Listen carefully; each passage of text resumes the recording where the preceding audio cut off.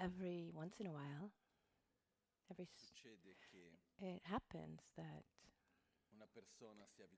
someone comes close um, to a healing treatment or a spiritual path. In our particular context, one gets close to the practice, to the Buddhist teachings, a healing process, and feels a great benefit, great change, personal change. And there's this moment of falling in love with the Dharma, feeling this very strong feeling, and seeing that actually the teachings help change our worldview, our experiences change. It's tangible, this change.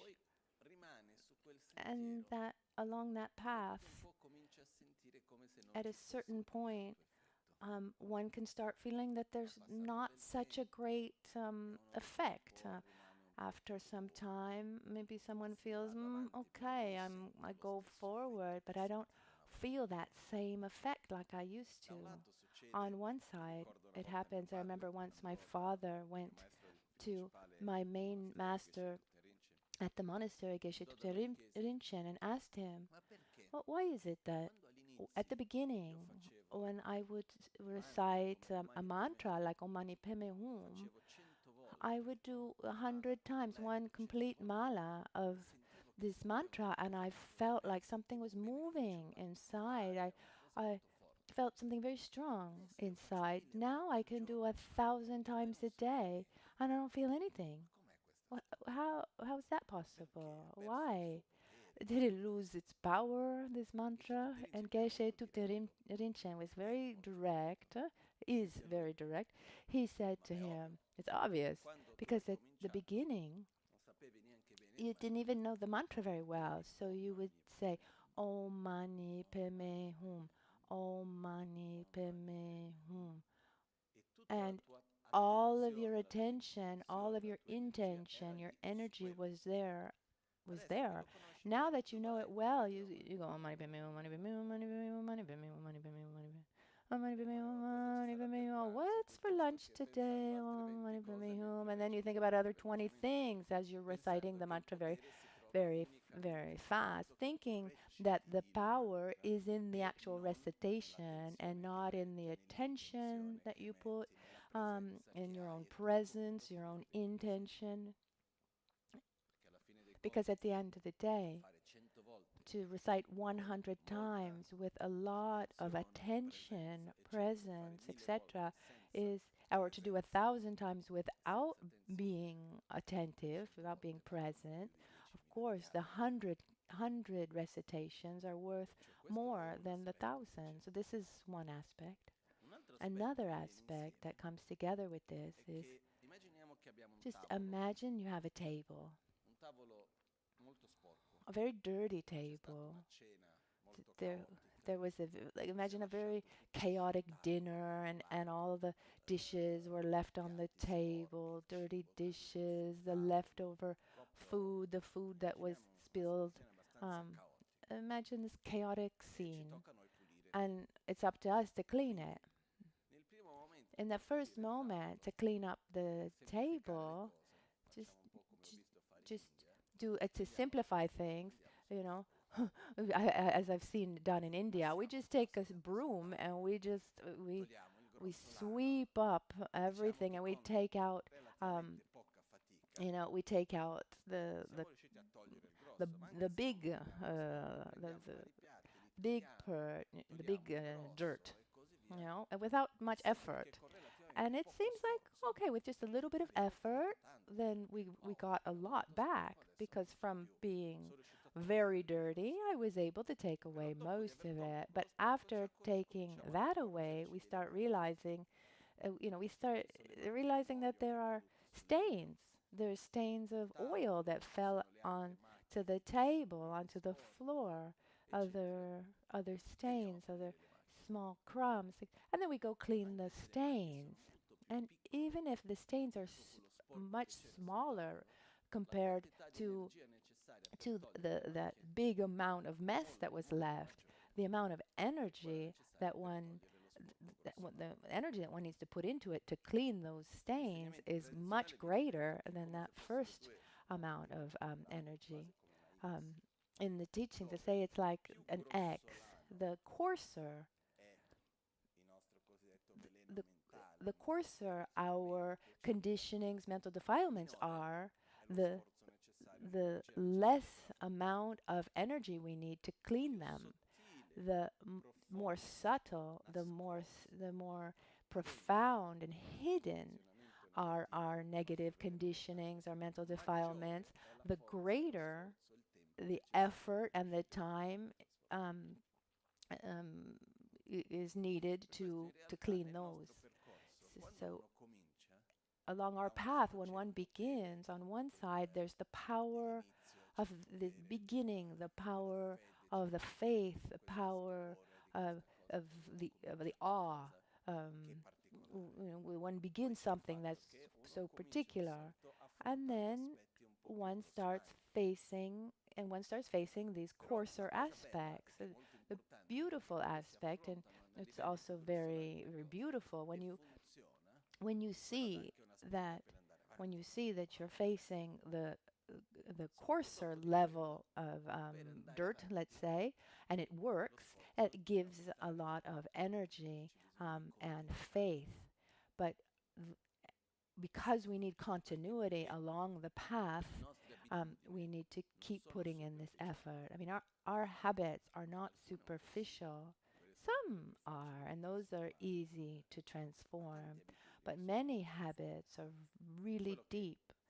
And what we try to do along this path is not to learn new things. And this is a fundamental point.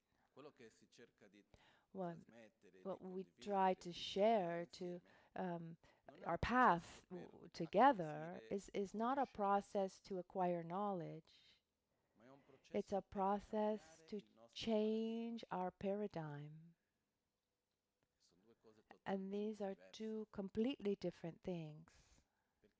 Because the paradigm also means our worldview, not on a conceptual level. I'm talking about on a very deep level. On a deep level, how do I see reality? How do I relate to reality? From the beginning, even at the beginning, it's also a very important arrival point. This change of paradigm between what I call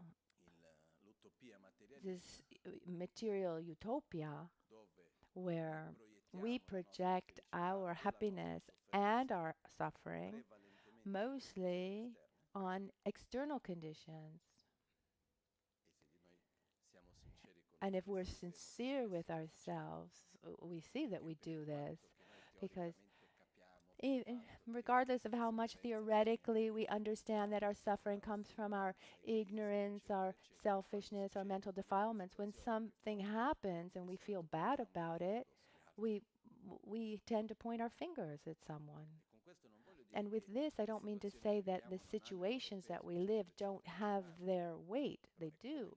But it's how we live that situation that's determining. That determines um, how we experience it. So this first change, this first paradigm is at the end of the day, there's this question that I repeat constantly: what is it that I want? And it's not obvious. It's not easy to find that answer. I want to know how to say, I want to be at peace with myself and with others, but before anything else. And in front of this, obviously, it's not simply a conceptual process. Otherwise, it comes a little bit like Shantideva in the Bodhisattva Charvatara when he asks, what's more important for you, your inner peace or what other people think about you? Obviously, our rhetorical answer is, oh, my inner peace. And he answers, he asks again, okay, then why is it that you lose your inner peace when people speak ill of you? because we give more importance to what others think of me. And this has to do with this change of perspective, this change of paradigm. And it's a gradual process that requires time. It's not from one day to the next. And one fundamental thing for us is to be able to accompany ourselves with affection, with kindness, and not be in a hurry to get to our arrival point. But we should have hurry to start walking. So we shouldn't be worried or be in a hurry to be at our arrival point. One in Lojong, for example, one piece of advice that's given is don't try to be the first in the class, the first one to win the race. Don't be in a hurry in this way. Instead, apply constancy. Like Genlakpala, my master said to me often, try to be like an ant and not a flea, because the flea makes great jumps, but then stays still. The ant walks constantly, tiny, tiny steps, but never stops. And at the end of the day, it's constancy that makes the difference. But today, really, what I wanted, um, there was a verse that stayed in my head this morning. It says,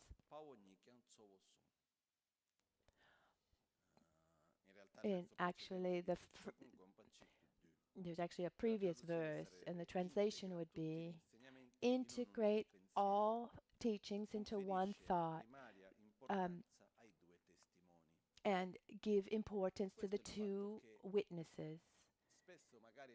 Often we get close to a spiritual path, or to a life path.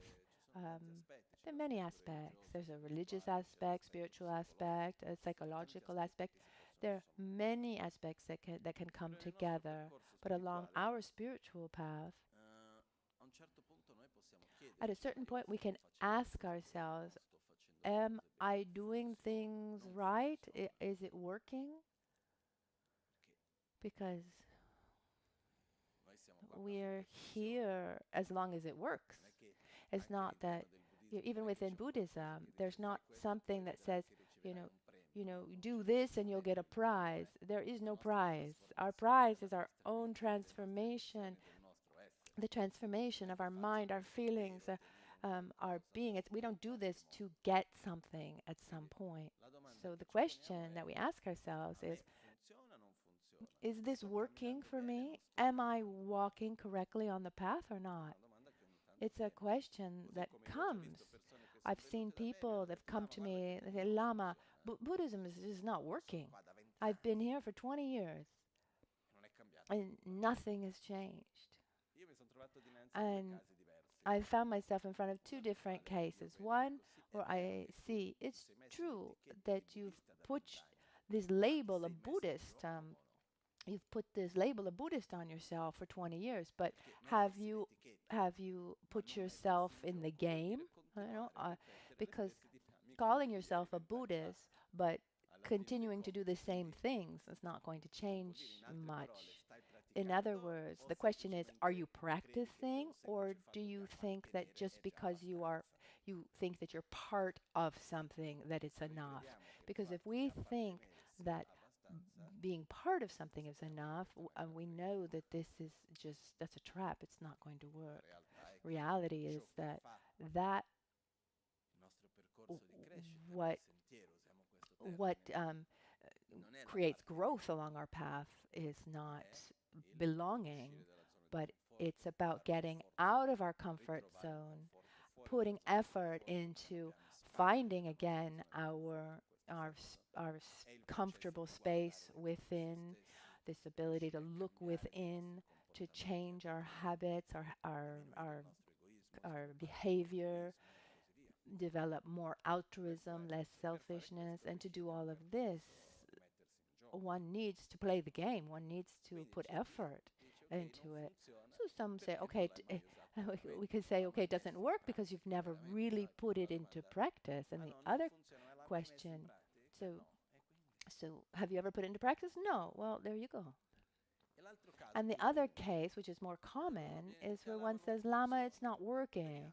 I say, okay, let's see. Since you began this process to today, do you get angry like before? Do the same things make you angry like before? No, of course not. Do you have more awareness compared to the past? Yes, of course. Are you able to rejoice in situations? Yes. So why are you telling me that this path is not working for you? Sometimes people um, expect realizations. These realizations are mystical, that one day one is seated and one sees a great light or the appearance of some kind of vision, you know. And I'm not saying that if someone actually does have a kind of mystic experience like this, that that's not true. But a real realizations are this development of the development of awareness and gratitude and joy and love and altruism. These are real realizations. These are the realizations we're talking about. And to understand if we're really walking well along this path, some references are used here. And the first two that are given are to integrate. Are we able to integrate our teachings into all aspects of our life, into one thought is said here in the text? As long, in other words, as long as we live life, family, work, the fun, entertainment, and then there's that spiritual aspect of my life.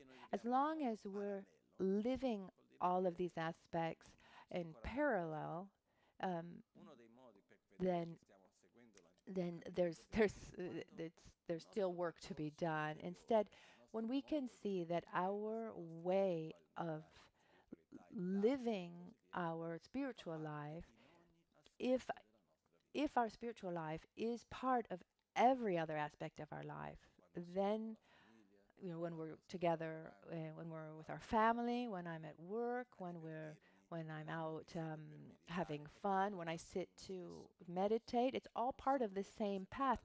They're not separate things, parallel things, where and there's this moment and then there's this moment. No, in all of this, every situation is lived as an opportunity and a moment to train ourselves, to direct ourselves. In other words, to walk towards where we want to go, to walk towards the light, to develop our altruism, our wisdom, our understanding, our awareness, our peace, to in every moment have the characteristics that are very important of this development of a deep sincerity with ourselves.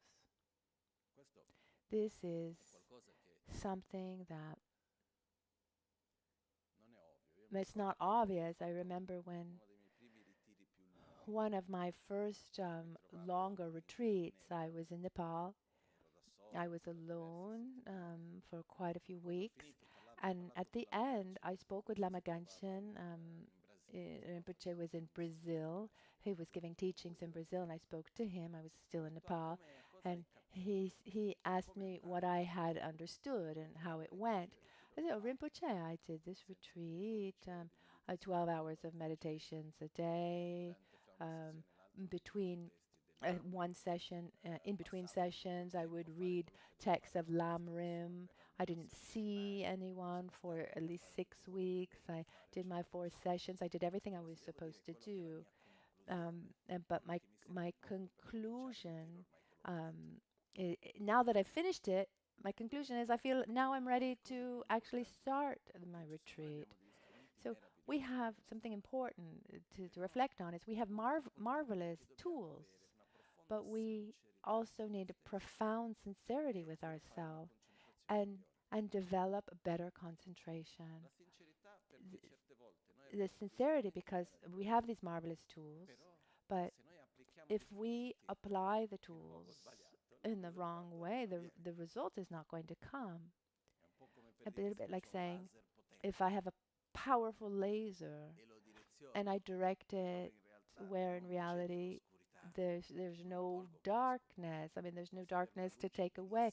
I can have a beautiful light, but I need to bring it where the darkness is. I can have marvelous tools, powerful meditation, but that medicine needs to be applied to the sickness. Otherwise, it's not going to work. It, in other times, sometimes it can happen that along our process, we focus a lot on the so-called antidote, on seeing the techniques, the meditation techniques or qualities that exist, etc., etc. And that's fine, but this needs to be applied. And that's important for us to see ourselves. And this process of seeing ourselves requires a gradual development of humbleness and sincerity. Humbleness with ourselves, because as we go forward, and let me try to put it into words, within our spiritual path, like Buddhism, we we have this idealized image of how a good Buddhist should be. So we have this idealized image of how I should be, what I should be doing. And on one level, that's fine, but on another side, it's really dangerous. Once we somehow, how can I say, we don't have the humbleness of looking at humility, of looking at ourselves to say how wonderful it would be if I didn't have this feeling instead of this. How wonderful if I had more joy, if I had more stability. But I'm not there yet, and that's fine. So being able to look towards oneself with humility in this sense, but at the same time with kindness, with affection, real affection towards ourselves, and sincerity. Say, okay, I'm like this, and recognize. And as we go ahead, we can recognize more and more subtleties, like when Atisha, this very important master of the 11th century, went to Tibet. And along the trip from the north of India, today is Bangladesh, he went to Tibet. He would very often have the caravan stop. I imagine this maybe hundreds of people, long caravan. The trip was so long and dangerous. And every once in a while, he would stop the caravan because he needed to openly admit his errors. Oh, I had this thought, I broke this vow, etc., etc.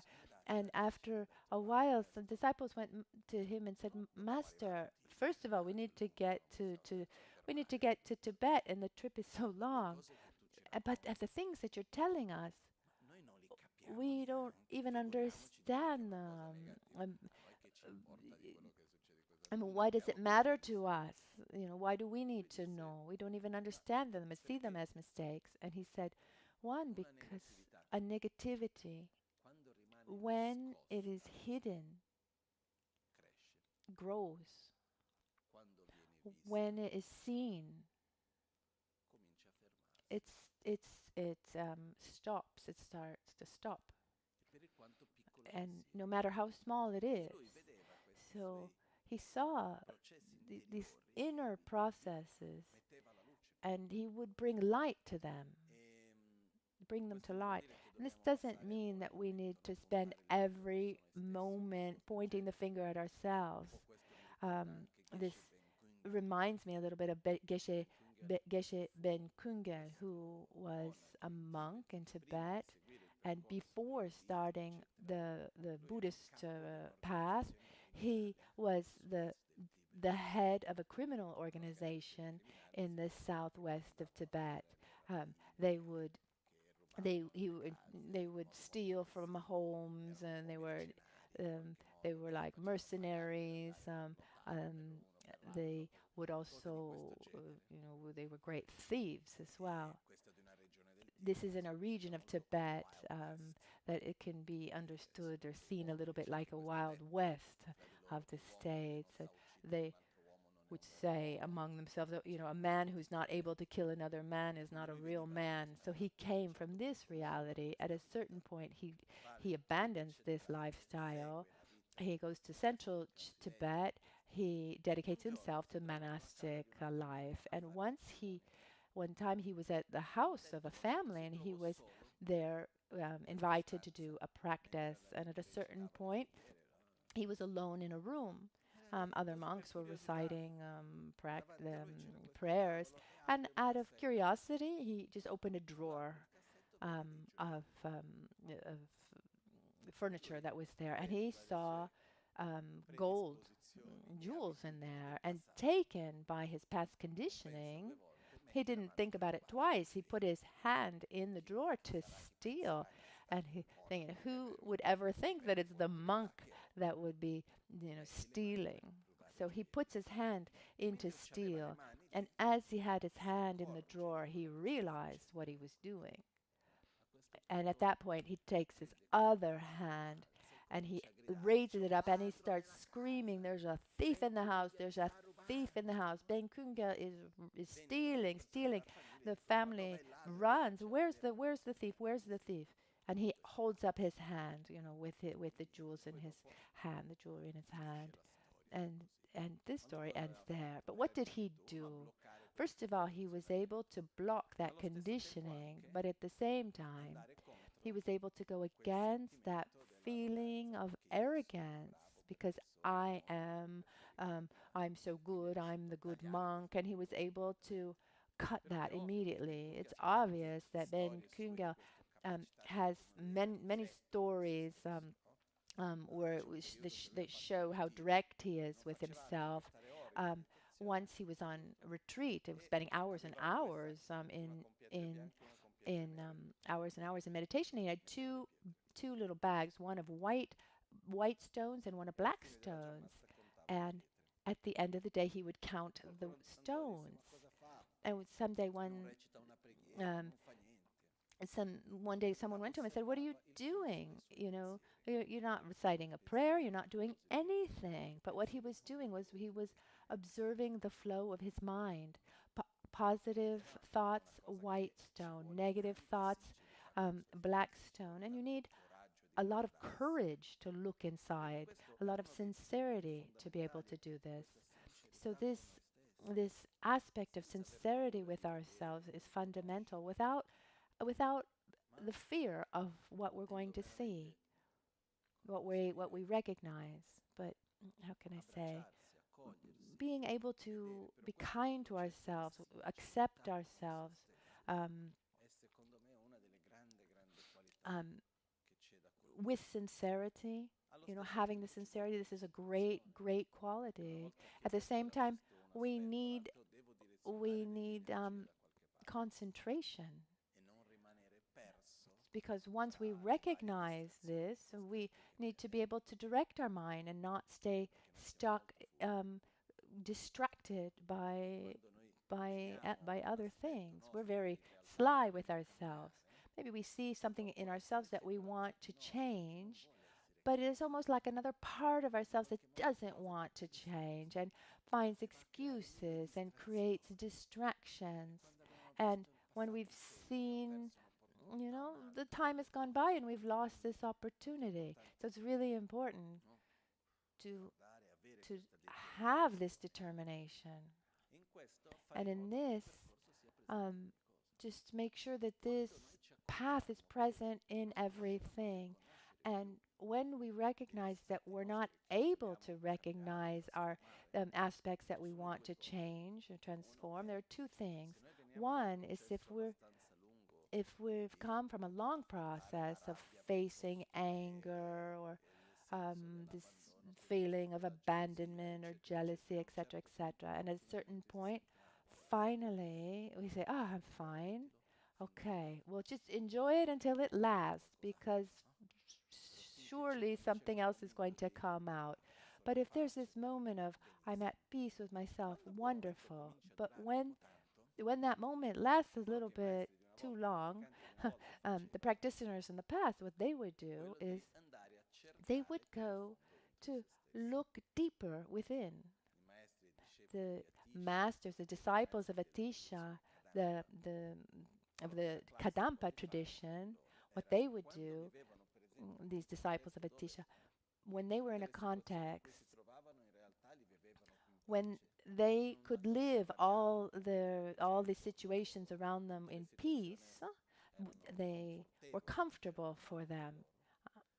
At that point, what they would do is they would specifically go to look for extreme situations to experience, to use that situation, that extreme situation, as a means of research to know themselves better, to see if there was something hidden somewhere that they weren't able to see, to be able then to transform it. And here we have first, you know, integrate every aspect of the path, every aspect of our lives, integrate every aspect of our lives into the path, where we can develop kindness, love, stability, joy, patience, um, where we want to change our negative conditionings. We recognize them. We bring the light to them, so that we can.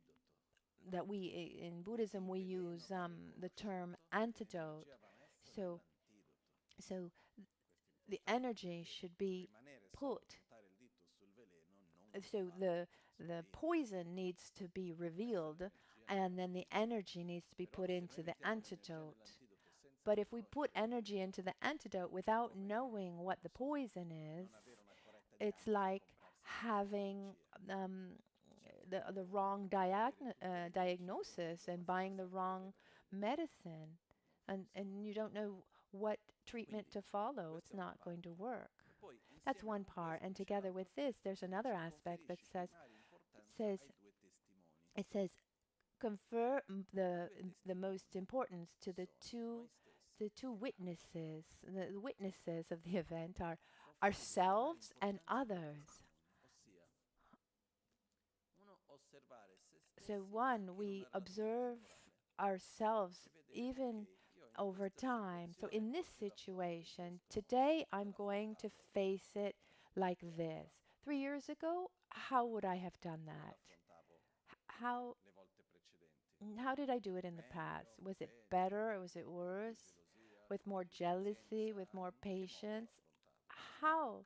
I mean, how would I face a similar situation? This process of observing ourselves, even over time, because often when we're only in that present moment, we lose that perspective. Often, we're 24/7 with ourselves, and sometimes we're not able to see things over time. And sometimes, having one witness is not enough. We need to also base ourselves on others. How do others see us? What's our relationship with others? It's happened to me to talk to someone when someone says, I'm worse, I'm not well, and knowing the person well, I say, okay, great, you're not, but you're absolutely not worse. Because I've seen you in many times in your life where you were not well. So this is not a good time for you. But over time, I can see that in in these moments where you're not well, these moments last a shorter amount of time, and you don't and and you're not as bad as used to be. So you are going in the right direction. So it's important for us to to confront to dialogue with others as well, because leaving space for the perception of others onto me helps me see aspects of myself that maybe I don't even recognize. And here there's something very important. As long as we can use both the witnesses, let's say, we should not be defensive when someone says something to us. Because often we have this tendency to become defensive when says, oh, look, here and there, we feel, and even if we think the other one is right, we say, yes, but.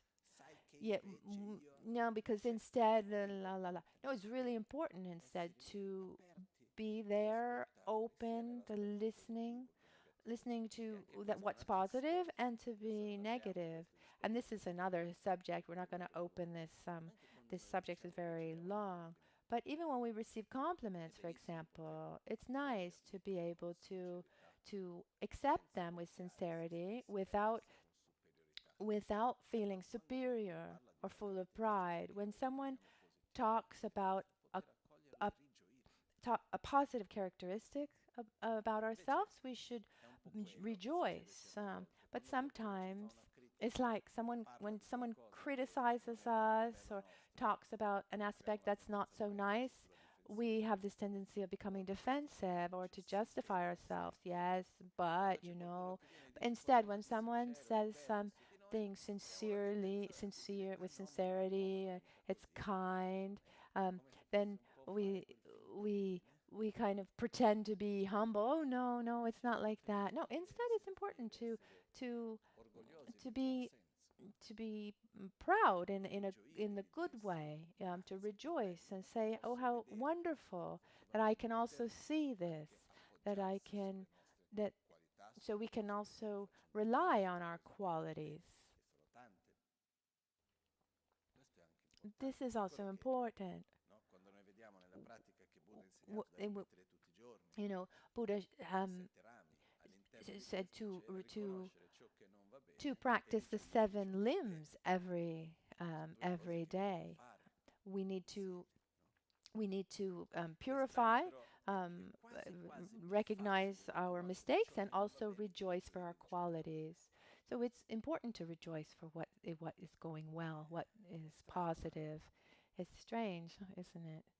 That I see often it's difficult to rejoice, to be able to look at positive aspects of ourselves or others and simply just feel joy for that. Oh, how wonderful.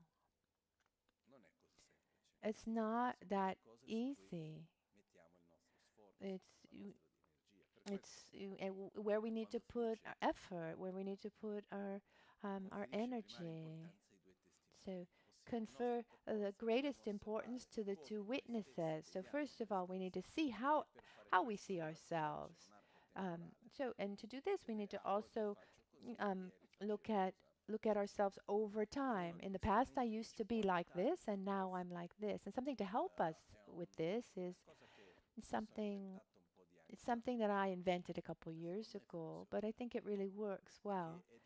Is to write a letter of introduction of ourselves. Imagine we need to write a letter where we need to say who we are, imagining that the person who's going to find this letter is going to be able to find us among thousands of people. But there are a couple rules.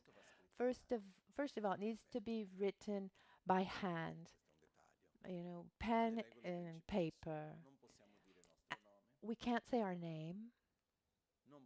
We can't talk about our physical appearance or aspects, not even our gender, or if we're tall, if we're short. We can't talk about our professional aspects, or or our studies or our activities, or I'm the one who does this, or I'm the father of, the son of, the daughter of. We can't identify ourselves through our relationships. We can't talk about the things that we own. I'm the one who invented this, or owns this, or lives this. You might ask what you can talk about. We need to talk about our inner aspects. I am the person who, when he's in a situation of difficulty, is fearful and I try to run away. Or instead, when I'm in a difficult situation, I'm able to take a deep breath, look at the situation, and look for or find the solution.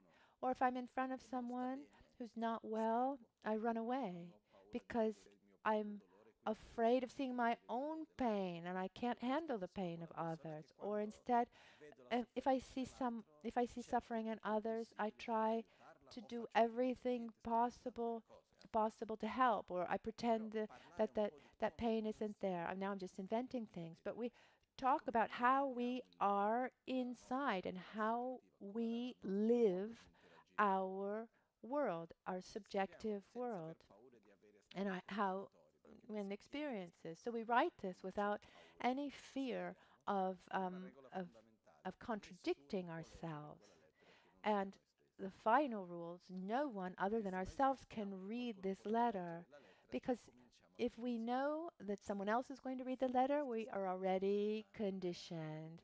Okay, I write like this, but maybe this person is going to read it, so I'm going to instead, no, it's only for us. And after we finish it, we close it up, seal it up, and put it somewhere safe.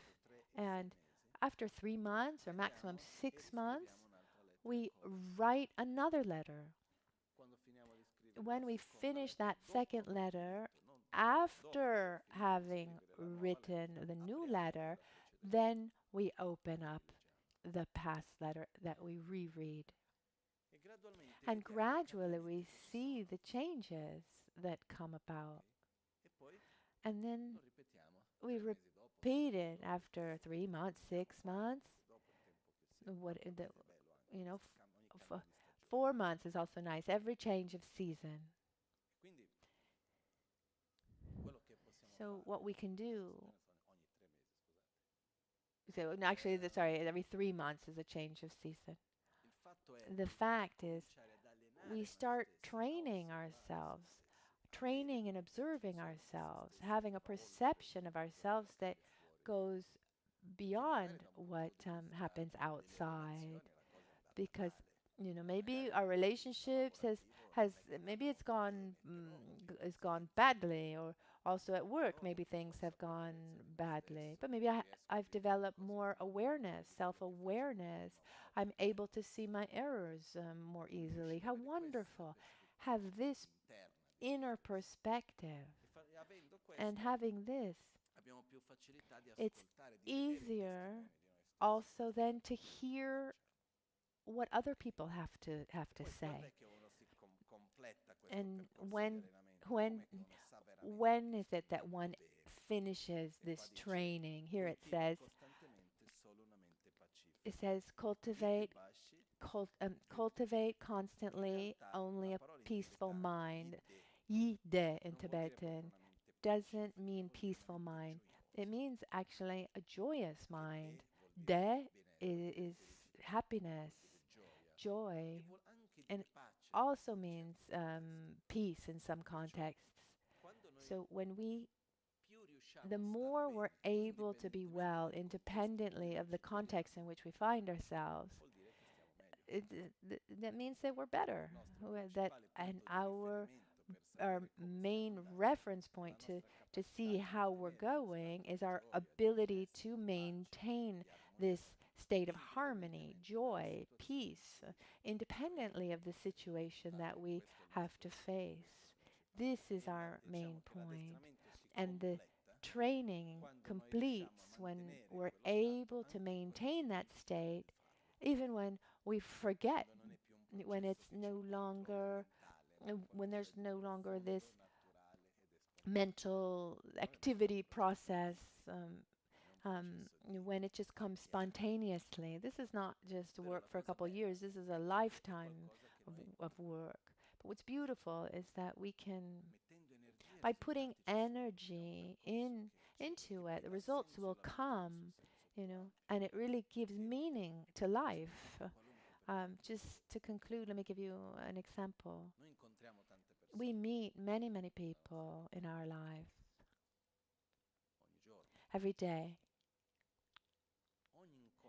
Every meeting, actually, if we know how to live it, it's a marvelous opportunity. Every encounter is an opportunity to come into contact with the most beautiful part of ourselves. Every encounter is also an opportunity to recognize our aspects that we want to transform, that we accept and we want to transform. Without going on too long, but every encounter is a treasure. Every encounter is an opportunity to practice patience, to feel love, to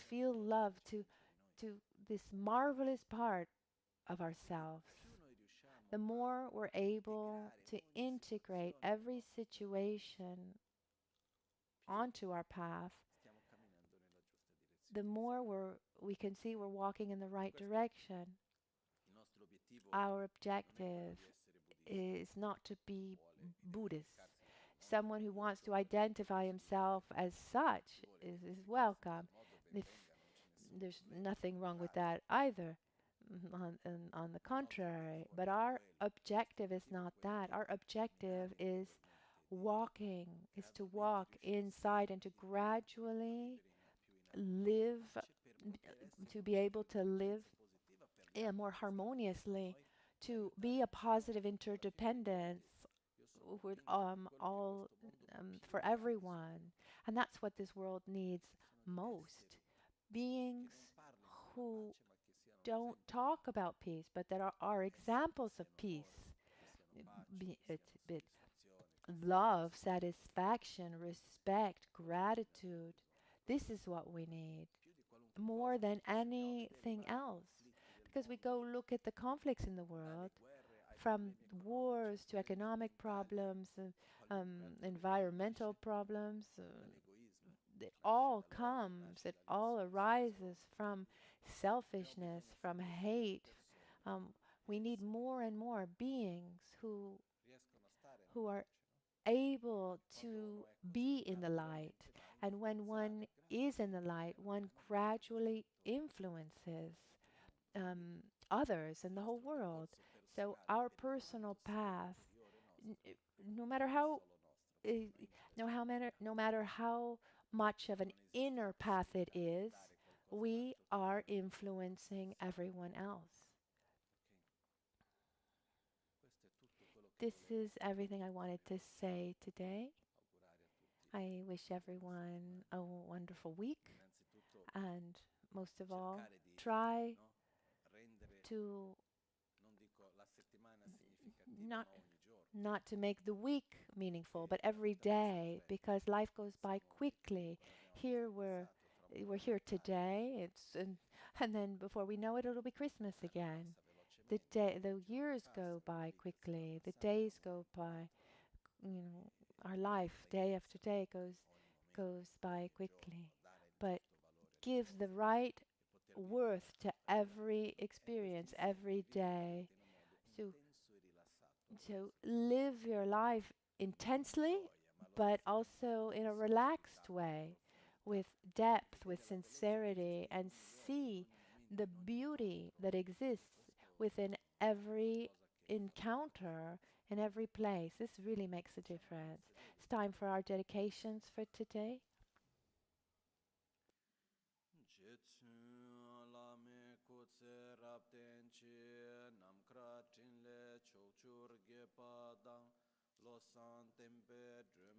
Drove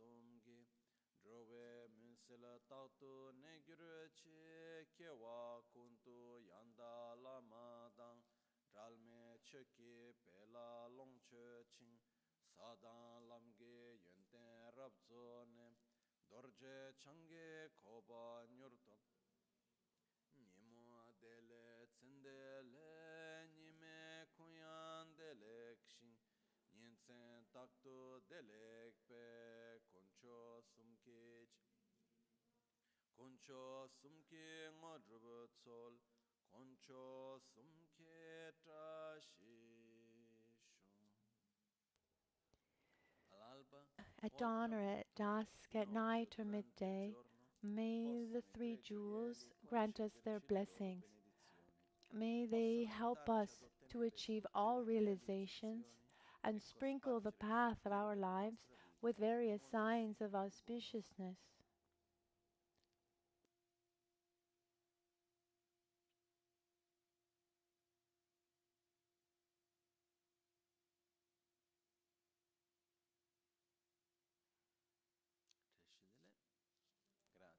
Thank you, everyone. Have a nice day.